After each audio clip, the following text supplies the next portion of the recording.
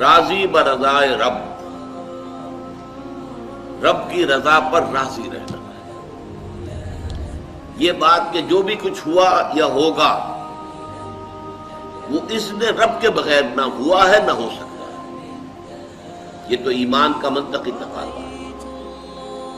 یہاں پتہ تک نہیں ہلتا جب تک کہ اللہ کی اجازت نہ ہو اس میں۔ تو جو کچھ ہوا اللہ کی اجازت سے ہوا، خواہ اس میں درمیان میں کتنے ہی عوامل آ گئے۔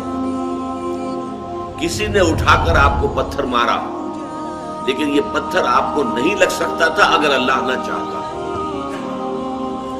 پتھر مارنے والے کا عمل اپنی جگہ ہے، لیکن آپ کو اس پتھر کا لگ جانا جو ہے یہ بغیر اذن رب نہیں ہے، لہذا اس کو سمجھیے کہ اللہ کی طرف سے آیا۔ ایک اس میں لطیفہ بھی ہے کہ ایک درویش یہ کہتا ہوا جا رہا تھا ایک جذب کی کیفیت میں، جو رب کرے سو ہو، جو رب کرے سو ہو، جو رب کرے سو ہو۔ ایک شخص نے اٹھا کر اس کے سر پہ پتھر نے مارا، اس نے پلٹ کر دیکھا، اس شخص نے کہا مجھے کیا دیکھتے ہو، جو رب کرے سو ہو۔ اس درویش نے جواب دیا کہ یہ پتھر مجھے تو رب کے مارے ہی لگا ہے، لیکن میں دیکھ یہ رہا تھا کہ بیچ میں منہ کس کا کالا ہو گیا، کس نے اپنے لیے جو ہے وہ عذاب اللہ کا کما لیا، ورنہ مجھے بہرحال یہ پتھر لگا ہے تو اس میں اذن رب شامل ہے۔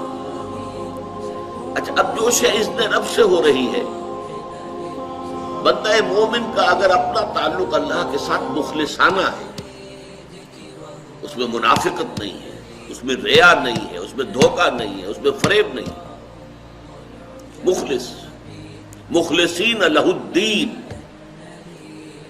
تو اللہ تعالیٰ کا تعلق بھی اس کے ساتھ ریسیپروکیٹ کرتا ہے۔ اللہ تعالیٰ انا عند ظن عبدی بی، حضور یہ اللہ کا قول ہے حدیث قدسی میں کہ میرا بندہ میرے بارے میں جو کچھ گمان کرتا ہے میں وہی سلوک اس کے ساتھ کرتا ہوں۔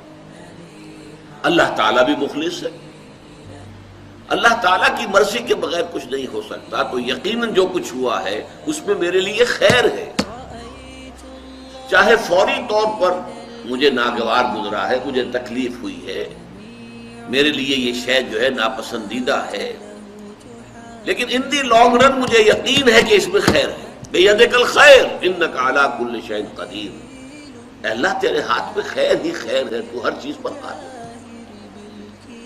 اچھا، جو ہوگا وہ بھی اذن رب کے بغیر نہیں ہوگا، یہی تصور اس کے بارے میں ہونا ضروری ہے۔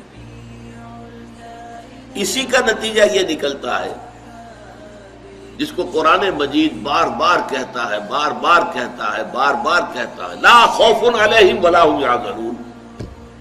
کیا مطلب اس کا؟ نہ ان پر کوئی خوف ہے نہ حزن سے دو چار ہوتے ہیں۔ عام طور پر یہ سمجھا جاتا ہے کہ یہ آخرت میں ہوگا، آخرت میں تو بتمام و کمال ہوگا، دنیا میں بھی ہوتا ہے۔ خوف کس بات کا بھائی؟ ہوگا وہی جو میرا رب چاہے گا، وہ میرا دوست ہے، میں اس کا ولی، وہ میرا ولی۔ الا ان اولیاء اللہ لا خوف علیہم ولا هم یحزنون، جو اللہ کے ولی ہوتے ہیں، اللہ کے دوست ہوتے ہیں، ان کے نہ کوئی خوف ہوتا نہ حزن ہوتا۔ خوف کس بات کا؟ ہوگا وہ جو اللہ چاہے گا، اور جو کچھ اللہ چاہے گا اس میں کوئی نہ کوئی خیر ہوگا، چاہے فوری طور پر مجھے نظر نہ آئے۔ قرآن کہتا ہے سورہ بقرہ میں عسیٰ ان تکرہوا شیئا وہو خیر لکم وعسیٰ ان تحبوا شیئا وہو شر لکم، عین ممکن ہے کہ تم کسی چیز کو ناپسند کرو درحالے کہ اسی میں تمہارے لیے خیر ہو، اور عین ممکن ہے کہ تم کسی چیز کو پسند کرو درحالے کہ اس میں تمہارے لیے شر ہو۔ اللہ یعلم وانتم لا تعلمون، اللہ جانتا ہے تم نہیں جانتے۔ تم افعال و اعمال و احوال و واقعات کے ظاہر کو دیکھتے ہو، اس سے متاثر ہو جاتے ہو، اس کے پردے میں کیا مشیت اذنی ہے، کیا ارادہ خداوندی ہے، اس کے پشت پر کیا چیز ہے جو اللہ تعالیٰ کو مطلوب ہے، یہ ہمیں نظر نہیں آتا. We are short sighted. ہماری نگاہ جو ہے بس کچھ دور تک جاتی ہے، اس سے آگے نہیں جاتی. لہذا افعال و اعمال و احوال و واقعات کے صرف ظاہر پر ہماری نگاہ ہے، باطن پر تو ہے ہی نہیں. لہذا ہم اس سے متاثر ہوتے ہیں. تو در حقیقت ایمان کا حاصل الا ان اولیاء اللہ لا خوف علیہم ولا هم یحزنون. اللہ کے دوستوں پر نہ کوئی حزن ہے نہ خوف ہے، کوئی سوال ہی پیدا نہیں ہوتا.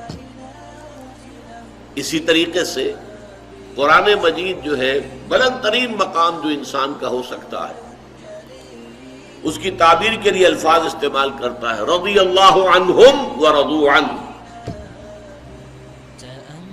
اللہ ان سے راضی ہو گیا، وہ اللہ سے راضی ہو گئے. یہ باہمی رضامندی ہے، دو طرفہ اللہ کے ساتھ تعلق ہوتا ہے، دو طرفہ تعلق ہوتا ہے.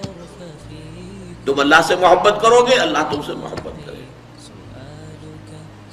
تم اللہ کے ساتھ مخلص ہوگے، اللہ تعالیٰ تمہیں واقعتاً اپنا مخلص بندہ بنا لے گا.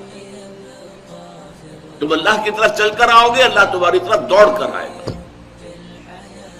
تم بارش برآؤ گے، اللہ ہاتھ بڑھائے گا.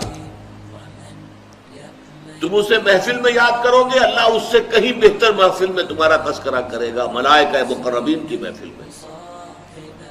تم اللہ کو اپنے دل میں یاد کرو گے، اللہ اپنے جی میں تمہیں یاد کرے گا. یہ دو طرفہ معاملہ ہے. تم اللہ کی مدد کرو گے، اللہ تمہاری مدد کرے گا. ان تنصروا اللہ ینصرکم ویثبت اقدامکم. اگر تم اللہ کی مدد کرو گے، اللہ کی مدد سے مراد کیا؟ اللہ کے دین کی مدد، اس کی نصرت. اللہ تمہاری مدد کرے گا. یہ رضی اللہ عنہم ورضوا عنہ سورہ مائدہ میں بھی آ رہا ہے، سورہ توبہ میں، سورہ مجادلہ میں، سورہ بینہ میں 4 مرتبہ ہے.